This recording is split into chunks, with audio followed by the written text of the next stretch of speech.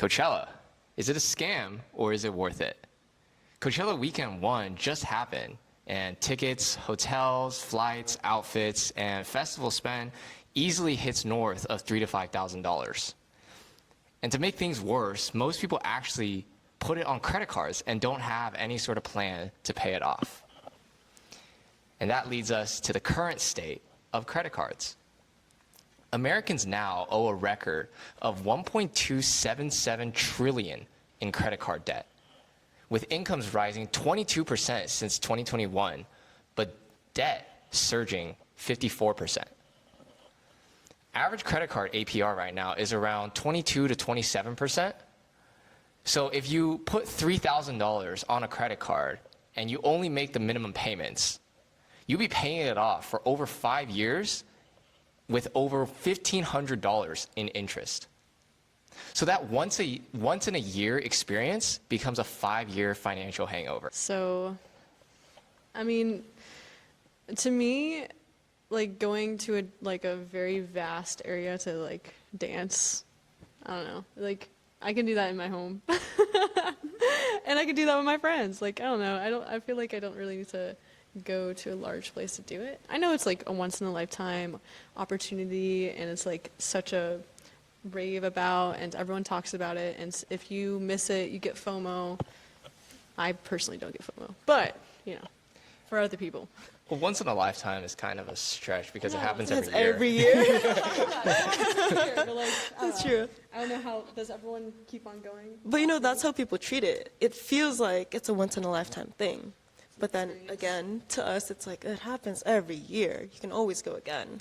That's true. Well, is it really a once in a lifetime experience because of the experience or just because of how expensive it is that people are going into generational debt? Depends on Yeah. who is like singing there for a once time, unless they singers True. repetitively come back to it. Right? Justin Bieber was there. There it is, Justin Bieber. That's true. Has he gone? Arguably worth it. Has he done Coachella before, Justin Bieber? Has he? I don't know. I don't know, actually. I'm not really... Have you gone to Coachella? No. No. We've all three of us have never. Yeah, so we're pretty biased, but... But what about for like other kind of concerts? Like, what do you guys think of this whole concept of putting concerts and like these one-time experiences on credit cards? Yeah. So. So honestly, we were kind of thinking about it before, right? So even though we're not really into the Coachella scene, right? It's Coachella weekend and we're here. This kind of concept can be transported to different types of hobbies, right? So it's like people are going into debt by rock climbing, right? Like a rock climbing pass is $150 a month. Fun fact. Plus the harness, plus my chalk bag, plus my shoes. Like it's a lot of investment, right? Any hobby can have that, right? So like, what are other hobbies that you guys have? 100% backpacking, ultralight backpacking. It is expensive to be homeless. It's really expensive to be homeless and hiking. The gear is just where they get you. Ultralight furnace, camping equipment like, you know, the like pocket rockets, the sleeping pads, $200? down sleeping bags, ultralight backpacks, ultralight tents. Of course you don't have to do ultralight, but even just like naturally just backpacking, camping supplies and equipment, and even mountain house meals they rack up. They rack up really quickly. $12 for one meal. Just one meal. And I wasn't even full. Yeah. So Yeah. people are going into debt for all of these hobbies. Yeah, but it's also like if you're doing a hobby like rock climbing or ultralight backpacking, you only really buy all this equipment once, That's true. and you get to go hundreds Hundreds of times. maybe even thousands of times, right? If you have that kind of time. It's a good investment. Yeah. I'd So- say that's a good investment. Backpacking equipment and also survival. What if just like something like the whole world goes to shit and like you have a tent to sleep in and you can survive. $200 sleeping pad. Hey, Perfect. that's better than a lot of people, right? Like a lot of It's people, better a lot of than people a can't say Coachella that. ticket. Yeah, because like you're spending, look, like these people are putting $3,000, more than $3,000 on a credit card, right? And then they're also not paying off the credit card the way that they should be. Like they're only paying the minimum payments, and they're just racking up all this debt for one weekend, essentially. Like that weekend is over. Like after the weekend is over. The Yeah. experience is over once What the did you weekend say is about over. your family member? Yeah, so I had this literally just this morning too. I was with my auntie and she was talking about how her daughter went to Coachella. And guess how much they paid for the Airbnb for 5 days? It was a pretty big group. It was a pretty nice villa, but Well, what would be reasonable yeah, going out but yeah. with like a big group, right? Right.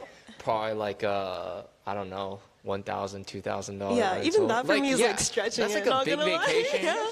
A lot of people, right? Yeah, Yeah. you split it like you're rolling deep, but Yeah, they paid $31,000. look in the camera. $31,000. I hope she doesn't see this. I hope she does. For that one weekend. Yeah. So how do you guys feel about that? I don't know. Like, I get it's the experience. I get it's Justin Bieber, but $31,000 for Justin Bieber to play memes, it's That's kind my of a car lot. in cash. The Airbnb Brand is new. the Airbnb guy is he's thinking smart. That's what I'm saying. I'm definitely like I want to be that person Exactly. getting As that soon money. as you said that, I was like, I need to purchase an Airbnb in Coachella right now. Exactly. Right now. Isn't that Yeah. so smart? Like, wait, Coachella happens in the Honestly, same spot, yeah. right? Coachella, Joshua is. Tree area. Yeah? It is. Yeah. It's always in Palm Springs. Okay. Coachella's a city. Yes. Okay. Yeah. Yeah, 100%. I'd want to start looking for The Airbnbs there places. are pretty pricey. I went there for Joshua Tree. For one night, we paid like $200. So, Oh my God. and that was like a Tuesday. Yeah. Tuesday. Yeah, it was Tuesday night, and we paid $200. Oh my God. Yeah, wouldn't so even expect that. it's pretty worth it to start short-term rentals there. I would say. Holiday destinations are really good. Like Big Bear, a lot of people do. Right. You can get a lot of pretty consistent. Because the thing about Big Bear is that people go during the summer. They do. Like, a lot It's of people go during year-round. the summer. Yeah, it really is. Because of the We lake. have fake snow there too. Yeah, but like even just for the lake, you know, Yeah, the lake, like the you can hiking. hike. Yeah, I think, was I there in the summer? you I can might have been up in canoe, there. you know, Yeah, jet ski. Yeah, There's a lot. It's a really nice like vacation spot all year round. Yeah, So yeah. One of my It's like close. having a Yeah. cabin in Pinecrest. Yeah, Yeah, those are Pinecrest, nice. That's like a massive lake, and it's kind of just like in this bowl, and there's cabins all around this lake, and it's just beautiful. And I was walking around the trail around the lake. I don't know how many miles. It's like probably just like I don't know, like 4 mile, 5 mile loop, and you can just see these beautiful cabins with docks going into the lakes for each property. And I would be walking and I would see like the owner of these cabins, some of them would just be like cleaning and doing just like Airbnb cleaning basically because they rent it out. That's like such a smart move to rent out these cabins because it's always a destination spot. And I'm just like, oh my gosh, I need to get on this. One of my other family friends, she actually owns a cabin in Big Bear. That was like their main investment for their whole family.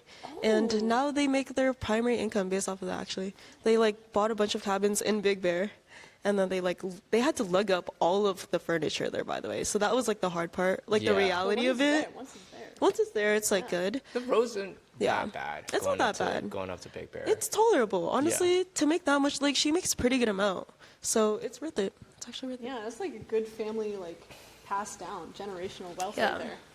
Oh, love that. Right. Yeah. So 31,000 for 5 days at Coachella. Worth it? Worth it? Worth it or? Up to you. Up to the viewer. That's true. And that's how much are tickets? I actually don't even know. They're approximately, I think the average was like 4,300. No way. Really? For 3 like days? there's. Well, I saw a lot of things online. I may be wrong, but I think it's approximately 4,300 Wow. Really? Mm-hmm. For a ticket? for people who who aren't like sponsored by a company to go. That's Yeah? true. Yeah. Because like the celebrities aren't paying that. They're not, no. No. Like they're going for They free. get paid to go there. Yeah. Yeah. So it's like there's like for regular people, Yeah, people are paying like $4,000 to go, and then a lot of people like camp in their cars.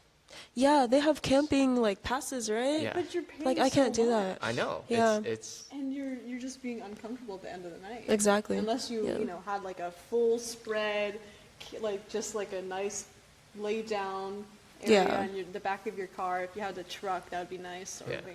Yeah. So like, let's think. Why do people pay this much money to go? You know, like what are we missing here? Just the experience, I guess. well, what's the Experience. most What's the amount other that you side? guys have spent on like raves or like other like a big concert? Ooh, I would say I did go to a few raves. I would say like let's say $300. $300. Yeah, for 2 For days. the tickets or like For the altogether? tickets, outfit, food, Oh, wow. hotel. That's really All good. of it? It's really good, yeah. That's But pretty I good. also like $300. I'm pretty good at budgeting. And say like same with my whole like friend group. Like we're all balling on a budget, right? Like we want to find that really thin middle ground of still having that experience because it's like life experience, you know. End of the day, that's what people want to go to, you know. They just want to feel happy. But then also it's like I'm not going to go into credit card debt for this, Yeah. right? Like I'm only going to pay like $300 for this, like max. So that's how much I paid. What about you guys? I don't think I've actually experienced paying for a concert. I've always had someone else bring me, so no comment. Oh, I don't know actually. I've been to like one of Billie Eilish's first concerts ever in like Music Box downtown Okay. when she was first starting out. I've been to Brockhampton concert once. That was really fun. But other than that, I've never actually, outside of that, never been to another concert. I guess the most I've spent on just leisure activity, which I guess going to a concert would just be considered leisure activity, would be probably around the same as you, like 300, probably on backpacking gear. But you Just can use that over replenished and it, over. yeah, replenished backpacking gear, first aid kit, you know, food. So, yeah, I'm not the expertise on this. Yeah. I mean, I've spent probably like a little north of 300 for Beyond a couple years ago. But that was also because we didn't plan it out very well. So you could go cheaper on that. Yeah, so like the actual ticket for like one day, I think Beyond? was like, yeah. I think it was like, It's like two something. no, well, when I went, it was like 170, I think, for the Oh, one wow. day. Because I only went Oh, for one day. Yeah. Yeah. For 2 days, it's like. Yeah, yeah. So it was like 170 for a day, and I went with these two guys that I barely knew, and we like split a hotel room that was like I think $100 each.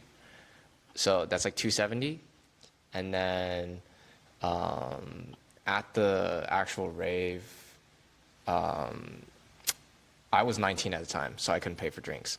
But the Uber back was like we spent like almost Yeah.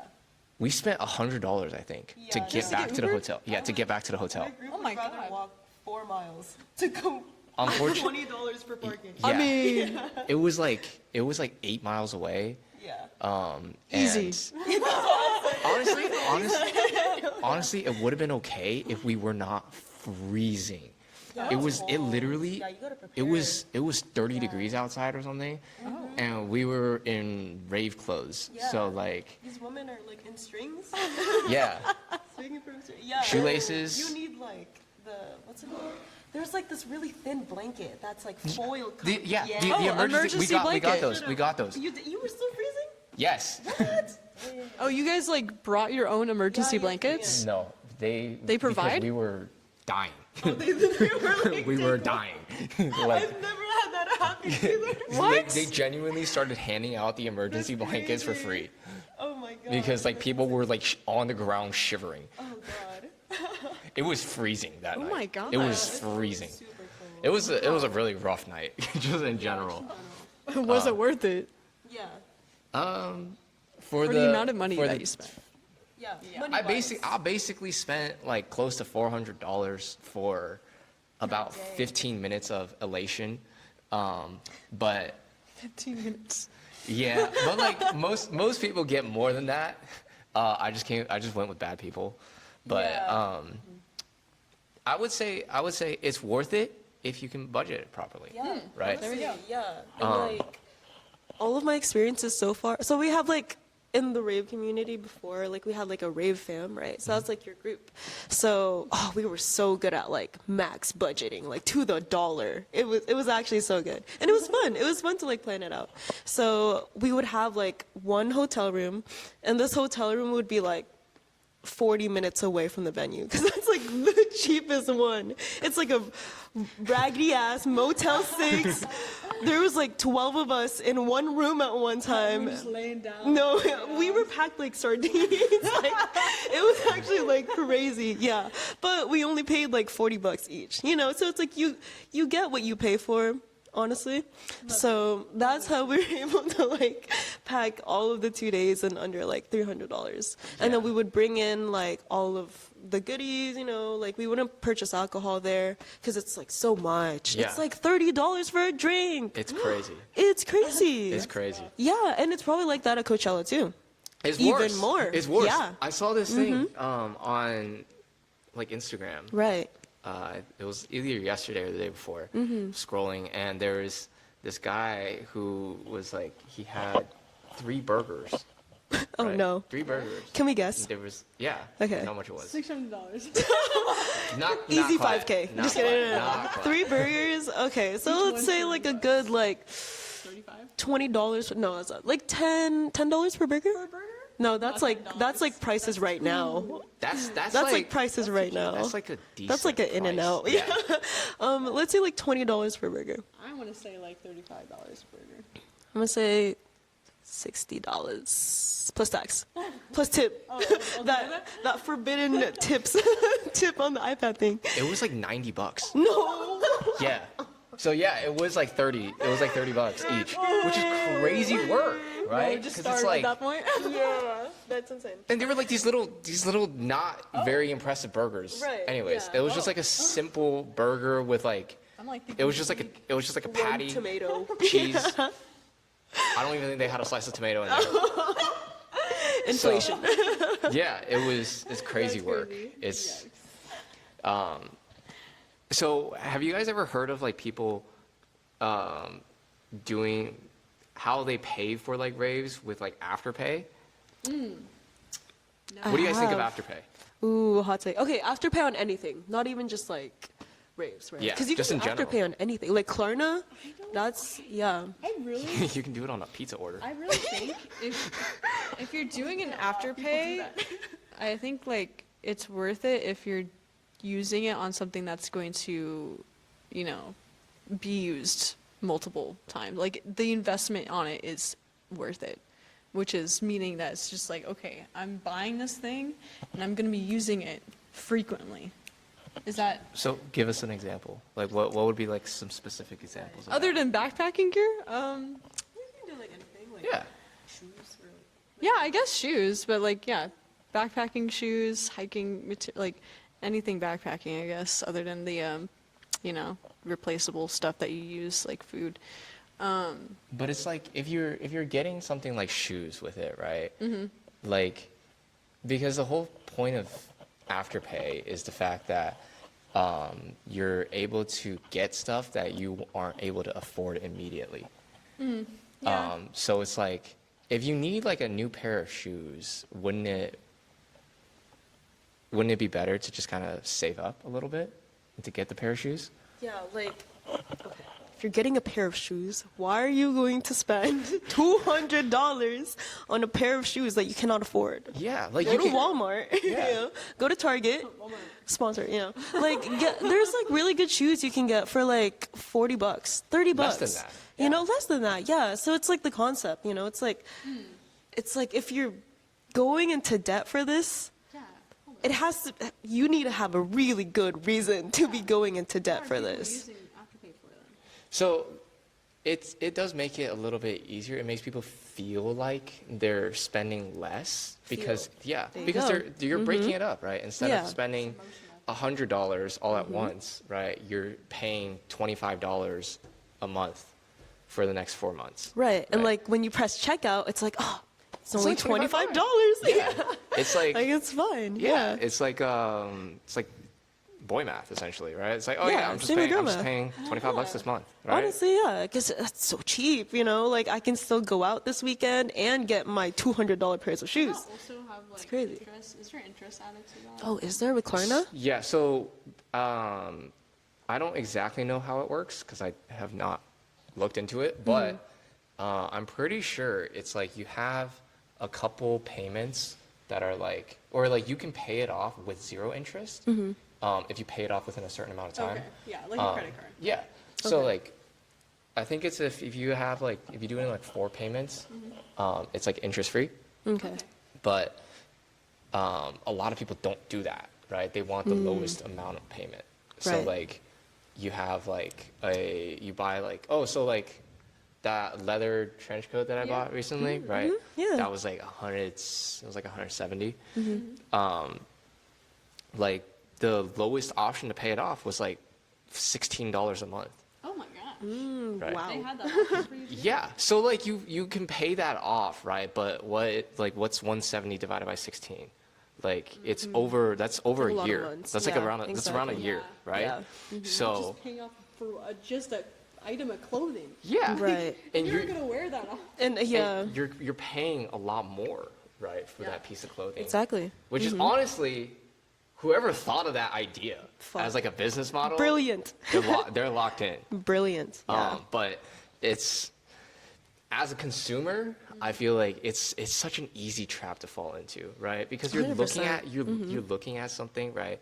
You're like, oh man, I kind of want to buy this, but it's like, oh, it's got a couple extra zeros on it, you know, and then, but it's like, but if I do this, then it's only like It's only $17. Yeah. It's like, that's like a meal a day, right? Yeah, Like it's just like honestly. a couple meals, right? for a Spread whole out trench over- coat.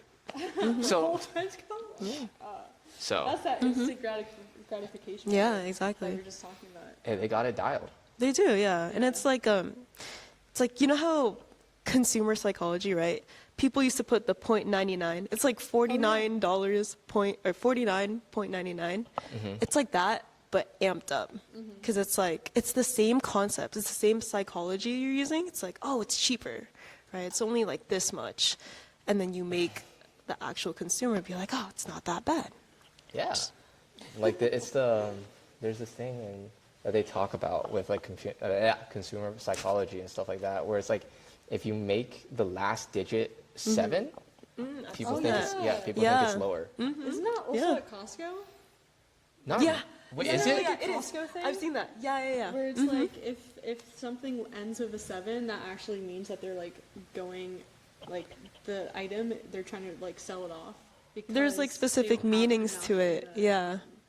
in their warehouse and they just want to sell it out. So whenever you go into Costco and something's like, you know, $10.87, then it's like, all right, well, it's only 87 cents, and that means that they're trying to get rid of it. So, then yeah, people start buying it more. Yeah, it's like the psychology of pricing, you know, and Yeah. like how that works too. Yeah. It's honestly, it's so crazy It's that crazy. like all these little tricks basically to get people to spend money they otherwise might not have. One thing that I normally like think of in my head when I go and go out to like buy something is like, how much am I going to use this, first of all, right? And then can I buy 2 of the same thing? Do I have enough money to buy this pair of shoes or something, right? 2 times. Can I buy it 2 times? Can I buy it 3 times, right?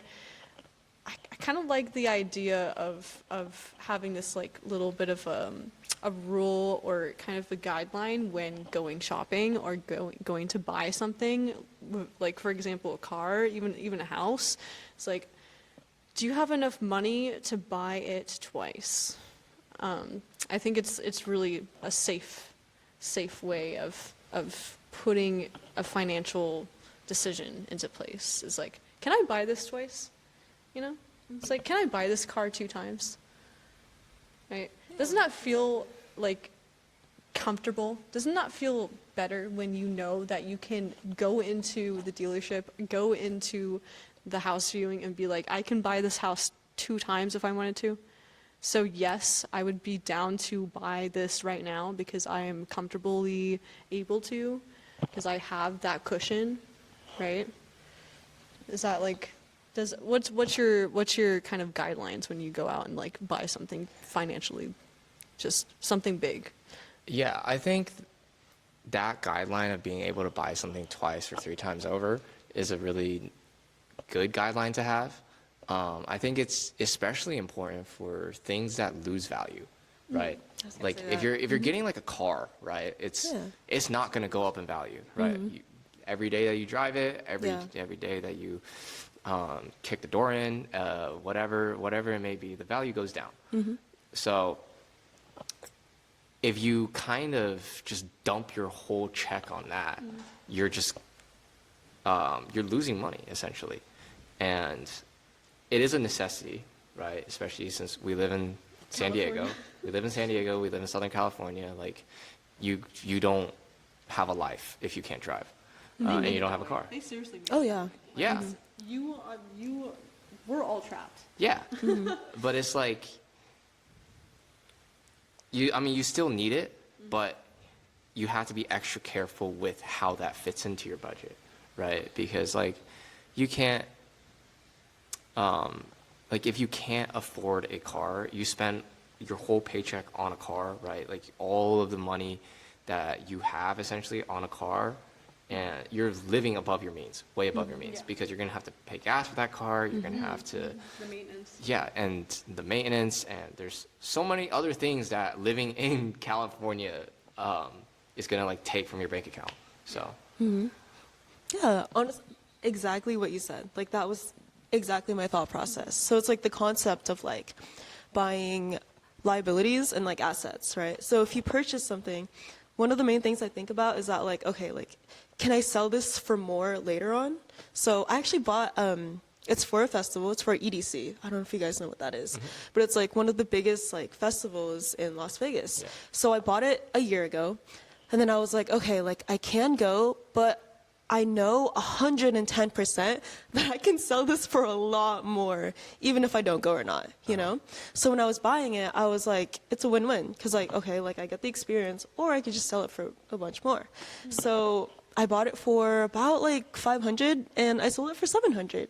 Oh, you Yeah, I did sell it, yeah, so I sold it. So again, like, it goes into like, can I sell this item for more? Because Yeah. it's like your car, you know, like as soon as it leaves the dealership, it goes down in value like 30%. Like as soon as it steps off like the dealership. Yeah. So that 100% you can't really buy for more.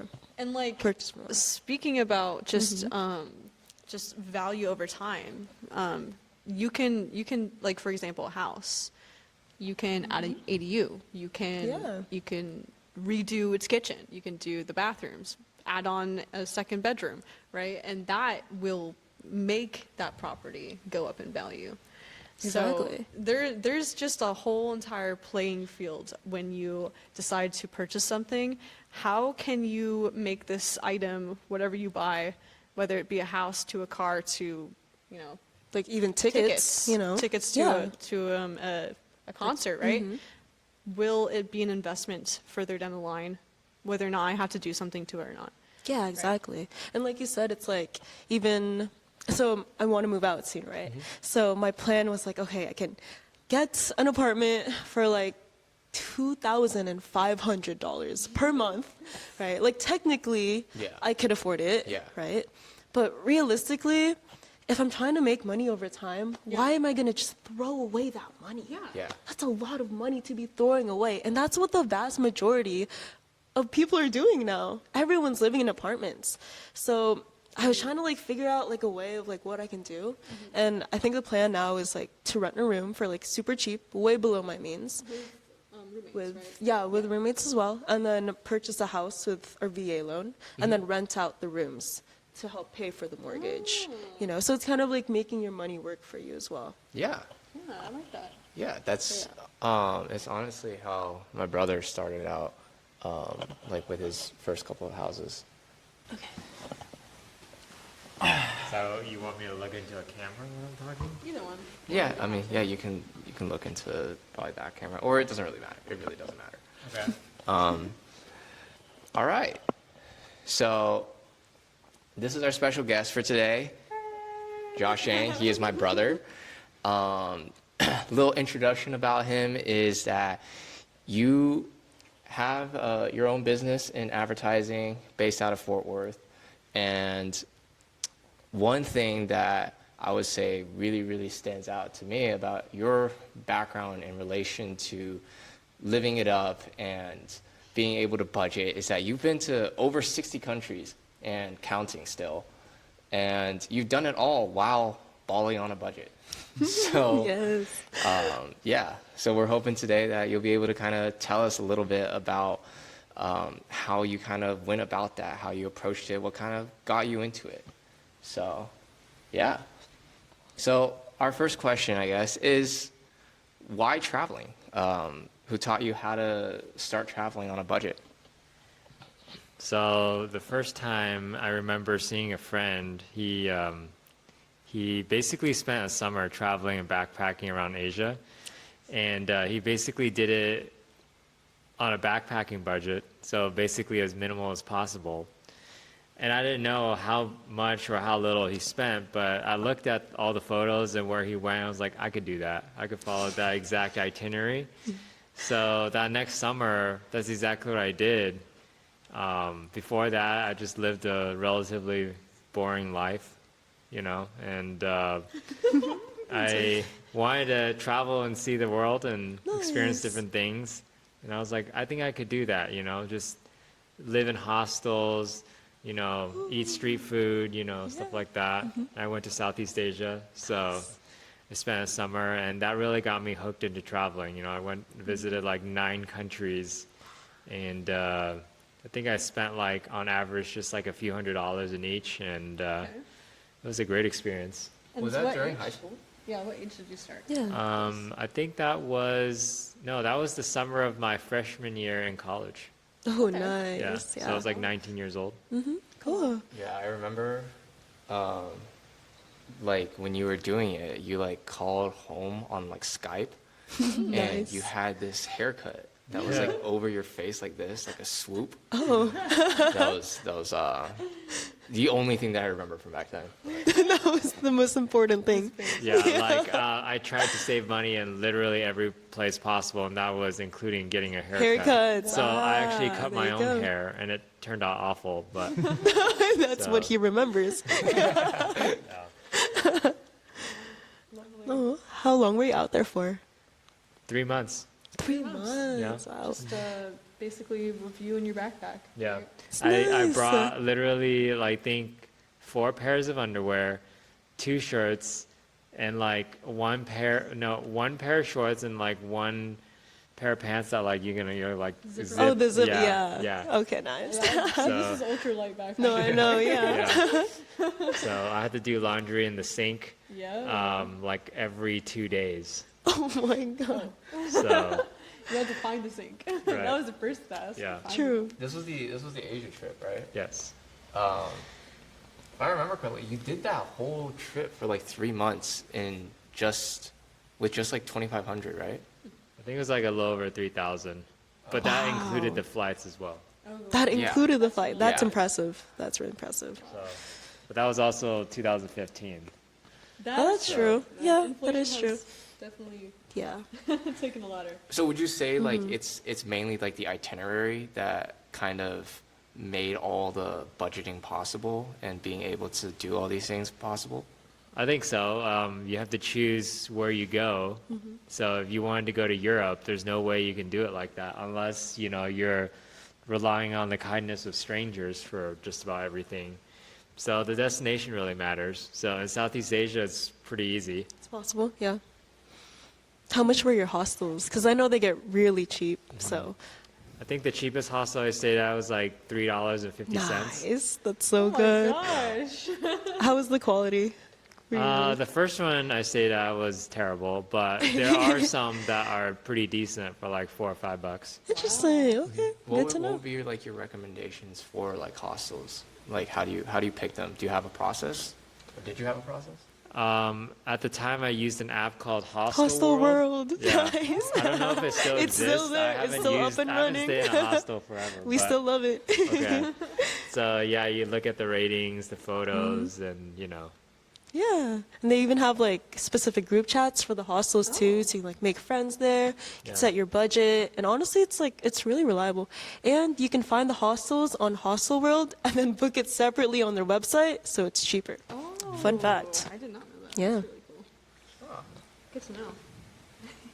So you don't really like essentially like the party scene, like Coachella, that kind of stuff. I know Sharon, your wife, essentially has to update you on all that stuff and keep Yeah. you in touch with that side of the world. But do you ever kind of feel FOMO when you see these things, like people doing like these once in a lifetime kind of experiences? It depends what the experience is. So I'm not very caught up or interested in pop culture like Coachella and whatnot. I do find certain things about it interesting, but there's some stuff I find FOMO on, like once in a lifetime experiences. But Coachella to me is not anything that I'm interested in or consider a once in a lifetime experience for myself, at least. Same here. Same here. So- Honestly, same. Yeah. Yeah. So how have you kind of structured your lifestyle so that you can live your fullest life and not get FOMO and do all the things that you want to do while you're alive without mortgaging your future, like we see so many people, like young people like us, do nowadays? Like how have you positioned yourself in your own life to not be able to run into that as much? Well, you have to a degree, know your numbers, right? So, and you also have to know what exactly you value and brings you fulfillment in life, right? You need to know like approximately how much money you need to retire, you know, and how much you spend on a month-to-month basis. And you need to have like what they call a emergency fund. So, you know, if you don't have an emergency fund, you're basically swimming naked, you know, like you have no protection whatsoever. Like you don't know when an emergency is going to hit. And if you're relying on credit cards to be emergency funding, you know, you're basically asking for trouble, essentially. So you need to have emergency fund. And it's surprising, once you have the emergency fund, you actually run into less emergencies. You know, like a lot of time emergency funds just sits there for years and years and never gets used. But when you don't have one, you start to freak out and stress, and that's when somehow emergencies happen. You know, so that's one of the best ways. You got to have 3 to 6 months of emergency fund before you start investing, before you do anything. I mean, I think the only thing that you should possibly be doing in terms of investing is taking advantage of your 401k match if there is one, because that's literally free money, right? But you really have to have the emergency fund in place, because that is what's protecting you, right? Especially if you have a family with kids, like you have a duty and obligation to make sure they don't end up on the streets or you get yourself into really bad debt, right? So having that gives you peace of mind. You know, knowing your numbers will tell you this is how much you need to invest each month to be able to hit that target. And then you also need to know what brings you happiness and fulfillment in life, right? If Coachella is something that you know, like, hey, I'm really into music festivals, and you've already have done all these other things, like you are doing what you should be doing already. If you have leftover money, you should be able to spend it on the things that bring you fulfillment and happiness, Yeah. right? Because at the end of the day, money is a tool, you know, in itself is just paper, it's useless. But if you know how to spend it, then it can bring you happiness, you know? So if Coachella is something that you value and you've already done everything else, you should be able to spend it on Coachella, you know? Yeah, I totally agree with that. I feel like money is just basically flowing in and out of you, and just like you are using it because of, hey, this is going to make me happy in the end of the day. This is going to make sure that I'm, surviving.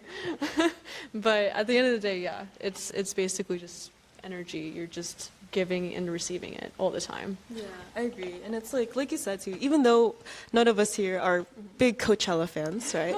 We all have like that thing, right? That hobby, that passion that we all have. So it's traveling for me as well. So it's like, if you can budget out and portion specific amounts to be able to have that fun, go ahead. Like, go do it. Like, life is about just living it up, having those experiences. So as long as you do it responsibly, then why shouldn't you? Yeah, I agree with that. Yeah. So if you could give 3 tips to someone that is kind of in our position, looking forward towards the future, and has a whole future of finances and budgeting and also traveling and having fun ahead of us, what would your 3 tips be around keeping your debt to a minimum? Keeping your debt to a minimum would be, well, like I said before, you really have to have an emergency fund. 3 to 6 months, that's like one of the biggest things. Because the number one reason people go into debt, besides like just careless stupidity, and spending on stuff that they don't need, is emergencies. Like I think there's a stat out there that says like 60% of people in America can't cover an $1,000 emergency without going into debt, right? So that means there's 60% of people that doesn't have any emergency fund, so they have to resort to a credit card. So that's not good, so what's the simple way out of that? Just have an emergency fund, start putting money aside, start building up that fund to 3 to 6 months. And the second one would just probably be just to stay out of debt. Probably to like know what you want, like, and when I say that, it means it's really like not be caught up in like what other people have, so therefore you feel like you need to match them, like you want to live like them, or you're envious of what they have. They bought the new car, and you're like, well, I drive a beater, I drive a Toyota Corolla, like I want to drive like a Mercedes or something, and you go buy that because you feel like, oh, they're better than you because they have it, The comparison is the thief of joy. It is. It really is. Like, you don't need that. You don't need to elevate your lifestyle just because someone else is just deciding to show off. Like, you have no idea what the background story is. Like, they got that Mercedes. They took out like $100,000 of car loans. They're drowning. You don't know their finances. It's all debt. You don't need to match them, So I would say that's probably like, don't be envious of your neighbor. You got to know what brings you happiness, and you need to spend your money based on what gives you joy, not try to comparing yourself to someone else. And for third one, probably invest, Yeah. Like investing is the only way that you can get out of inflation eroding your money away. It's the only way that will buy you freedom in this country, or else you'll just be working and working forever, And the more you have invested, the more confidence you have, the more intelligent you are, the better the circles you'll be in, the better the quality of life. And all of that will just give you different habits, and you won't resort to debt. You'll be more financially educated through the process of it. So I would say those are probably the 3. For investing wise, what are some like starters for a beginner friendly, something to invest in? This can be like Charles Schwab's, open Roth IRA account. Well, those are just different investment accounts, right? But the easiest thing to do once you have those accounts is to buy what they call a target day retirement fund. Like if you're just looking for the absolute easiest, Yeah, you know, someone who does not know how to day trade. yeah, yeah, just buy a target date retirement fund. So, Okay. you know, if you're planning on retiring in, let's say, 2060, Okay. you just buy a 2060 target date retirement fund. And Vanguard, Fidelity, or Schwab, whoever, they all have their own. You can just Google that and it'll give you the ticker symbol. And all you have to do is to decide how much you want to invest each month and when you do want to retire, you know, to have this money. And the reason is easy is because it's only one index fund and they automatically balance it as you go, you know, get older and older. Because as you get closer to retirement, technically you want to be more conservative. And when you're farther from retirement, you want to be more aggressive. Yes. Right? So instead of manually balancing it yourself along the way, they automatically do that on the back end. All you have to do is buy the fund and keep buying the fund every single month. Okay, so it's a monthly. Is there option for annual or is this just only monthly? Well, you can choose any period that you want. You can do weekly, daily, Oh, interesting. you know, Okay. bi-weekly, monthly. Okay. They'll take your money any Wow. way you want to give it. Well, that's really good information, especially for people who are starting out. Thank you. Yeah, but the key is you got to do it consistently. Yeah. So you do have to have that constant flow of income. Yeah. And on the top of income, like I'm sure a big part of how you were able to structure your lifestyle is centered around your income. Because if you don't have income, you can't put it into investments, you can't build an emergency fund, and you can't really do the things that you plan to do if you don't have your income. So, how did you kind of land on what you do? Well, I studied film production in college, and it's relatively useless when I graduated because they teach you how to make movies like on a movie set, you know, which there's a lot of uses for video. They just happen to really teach you how to do it on a movie set, which isn't necessarily the worst thing because the skill of video is the skill of video, you know. So I started to find ways to make more money because I realized the job market doesn't necessarily pay you for making what you want. They pay you for the results that you can deliver to them through video, right? So, and then I realized a lot of the times when I make videos for them, they don't really know what to do with the video. So I realized I need to be skilled and educated in marketing because a lot of times it is for their marketing, right? So that's when I stumbled across social media marketing and really worked on that skill and got really good at that. So now not only do I make them videos, but I also implement the videos into a marketing plan and strategy for them, and I execute it for them as well. Because one of the most valuable skills in the marketplace right now is to be able to make content and use that content to turn cold traffic into customers, right? If you can do that for a company, that is super valuable to them, right? So that's pretty much the journey that I had for like the last 6 years, I would say. Yeah. And it's very, very needed right now. It's like in high demand, especially since everything is going into like on social media in general. Just having a brand, even being more creative with storytelling, like we were talking about over dinner. And I see it. Like I'm seriously seeing it. Like everything is going digital now. You need to start posting more because that's where everything is going to be going in like the next decades after this. Like it's going to be a lot of just videos and short clips and reels and YouTube shorts and YouTube in general. So that's really good to be ahead of. You're basically ahead of everyone at this point. I think it's really significant how you said that you don't get paid for creating what you want.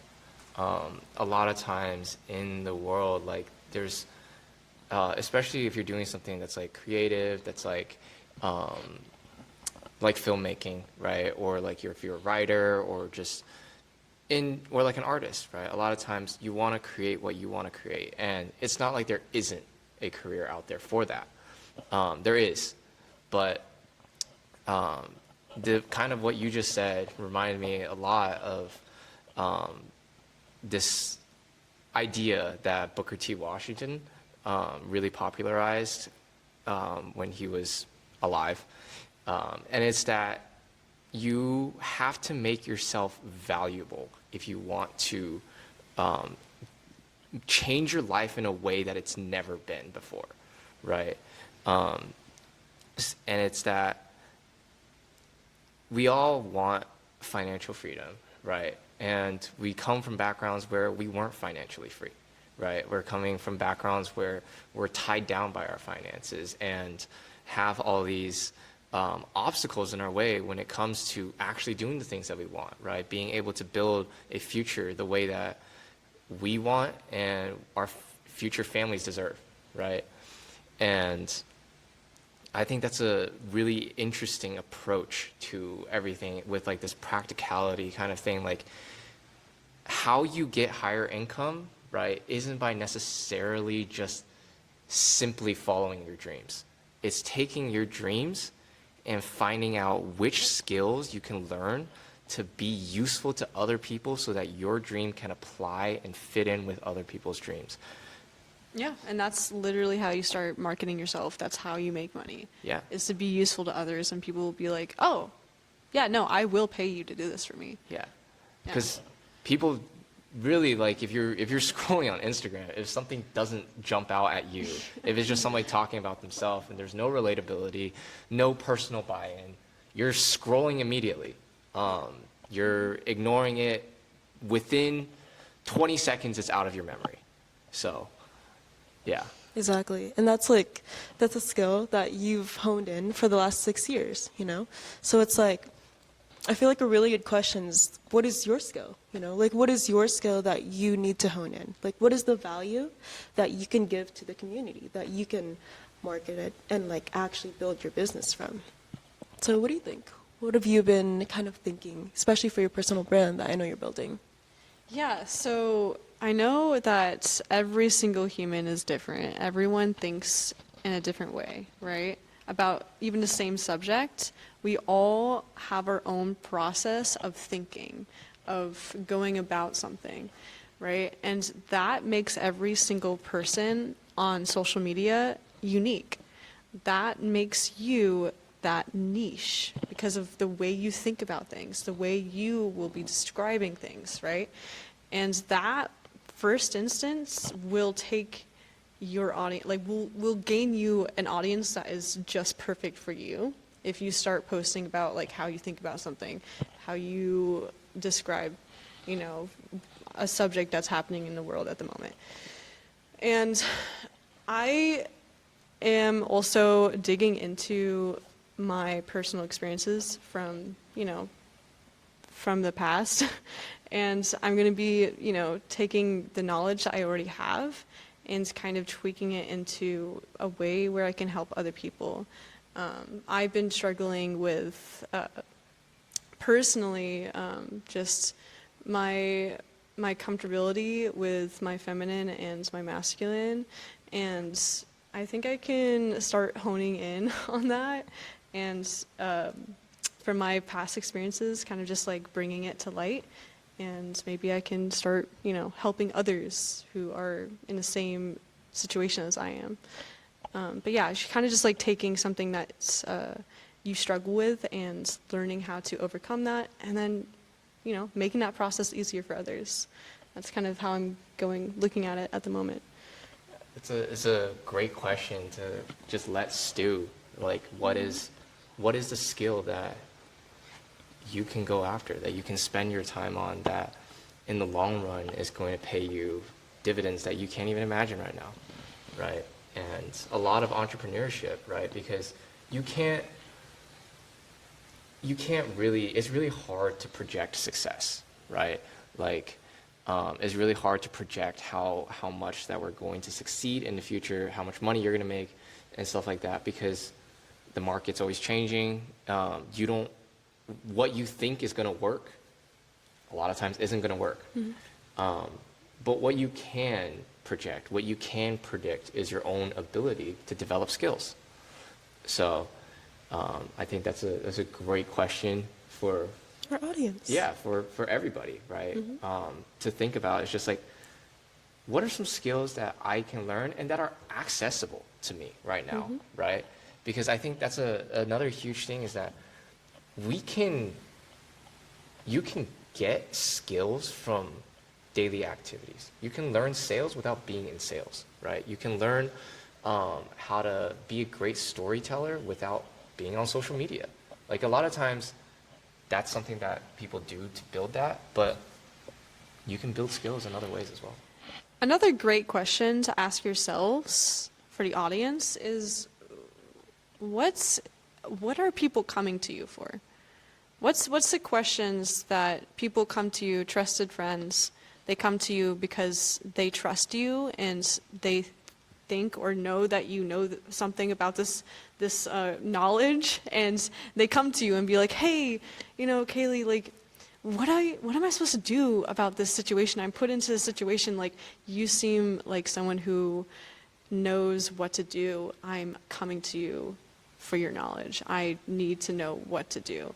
And like, I get constantly asked about, relationship advice and stuff like that. Think about that, what are people coming to you for, right?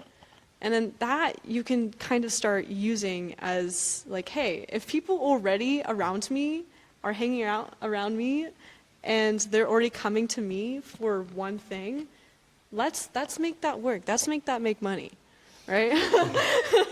Because, you already have this knowledge. People are coming to you for this. Let's start using this, right?